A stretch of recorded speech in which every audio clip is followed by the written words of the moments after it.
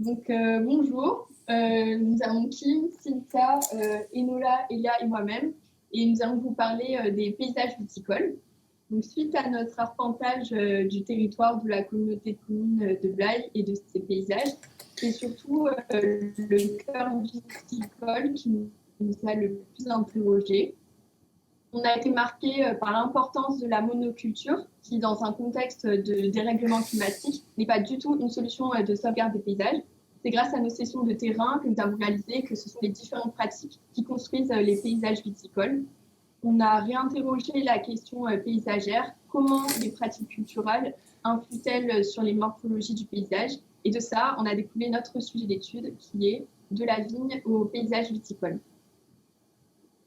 Du coup, pour mener notre enquête, nous avons sélectionné 4 situations paysagères viticoles différentes, qui sont un paysage de vignoble agroforestier au château Dubrow, un paysage de vignoble en biodynamie au château Nodo, et 2 paysages de culture biologique au château Maglenbourg et au Menou. Donc ces 4 situations, elles s'inscrivent dans des systèmes agropaysagers différents. Et la rencontre de viticulteurs qui, pour leur part, se sont déjà engagés dans une nouvelle perspective paysagère du territoire, nous a permis par la suite de prendre conscience du potentiel de la communauté de communes de Blaye.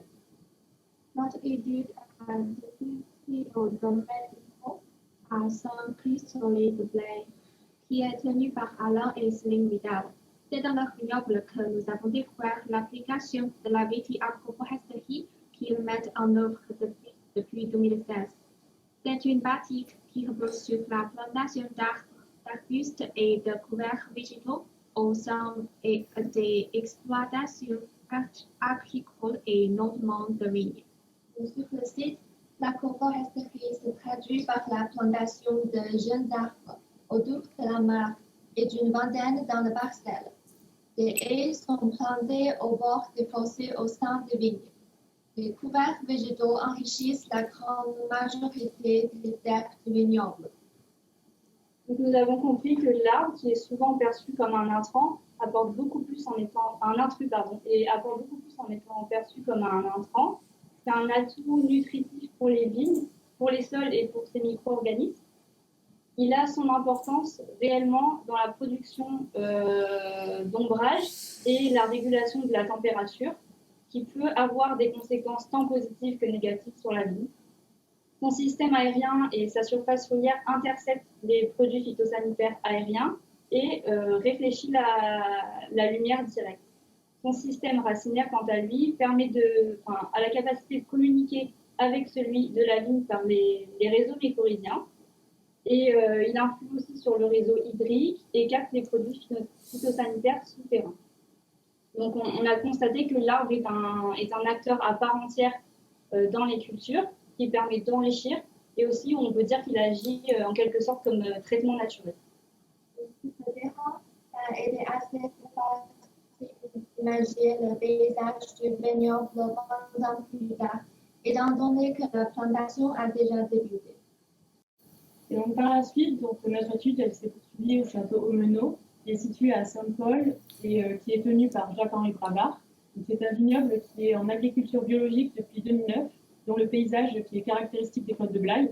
Mais on a remarqué qu'il est peu marqué par la présence d'arbres ou de haies, si ce n'est autour de sa propriété. Et nous avons tout de même pu retenir 2 qualités paysagères, notamment lors de notre arrivée grâce à un magnifique sol pleureur, puis grâce à la superficie considérable des prairies. Ensuite, nous avons constaté que contrairement à l'agroforesterie et à la biodynamie, l'agriculture biologique, elle n'a pas un impact réel sur le paysage. Et sur le terrain, et notamment au château Aumeneau, on s'est rendu compte qu'il est difficile de faire la différence entre un paysage d'agriculture biologique et un paysage d'agriculture conventionnelle. Suite à cette constatation, on a utilisé Aumeneau comme exemple type pour répandre le système viticole, repenser le système viticole en système agro-paysager à l'échelle d'un vignoble. Notre projection, elle s'est étendue au-delà du domaine sur un paysage plus large. Elle s'est traduite d'une part par le maintien des prairies sauvages dont on vous a parlé, qui en tant qu'abri de biodiversité permet le repos des sols et constitue un frein à leur érosion. D'autre part, dans un but d'absorption des eaux et de régulation des flux hydriques, des arbres sont plantés en alignement dans des zones qu'on a constatées très humides. Les arbres isolés qui sont plantés au cœur des vignes sont quant à eux des régulateurs de la température, des créateurs de zones d'ombre. Et on a eu aussi la volonté de recréer des haies d'essence arbustive au bord des fossés qui permettront le maintien de la berge, la filtration des eaux et qui joueront un rôle de brise-vent. On s'est rendu compte que la diversification des pratiques, c'était l'occasion pour tous de partager et de s'engager à la création de paysages résilients qui feront face aux enjeux de demain. Le but, ça serait d'organiser des sessions de 3 jours par saison, offrant l'opportunité de participer sur le terrain à des ateliers de pratique, d'observation, de découverte, mais aussi des chantiers participatifs. Ces ateliers y rassembleraient différents acteurs tels que des syndicats du vin, des viticulteurs, des laboratoires de recherche, des associations et des professionnels du paysage. Et donc, au cours de ce semestre, l'analyse et le temps passé sur le terrain, ça nous a permis d'avoir une vision de l'ensemble du territoire viticole, de l'ensemble de la communauté de communes de Blaye. Et de nos jours, on sait tous que c'est la transition écologique. Et la question, c'est pas de s'y plier, mais c'est de s'y adapter et de l'engager de façon intelligente, de manière raisonnée et fonctionnelle à plus long terme. Et donc, on s'est demandé si les acteurs publics, ils ne devraient pas s'inspirer des engagements pris par les viticulteurs privés pour impulser le changement à l'échelle globale du territoire. Et donc, il faut prendre conscience aux acteurs publics qui peuvent être des facilitateurs dans cette démarche et avoir un effet de levier pour tendre vers un système agro-paysager. Voilà. Merci pour votre écoute.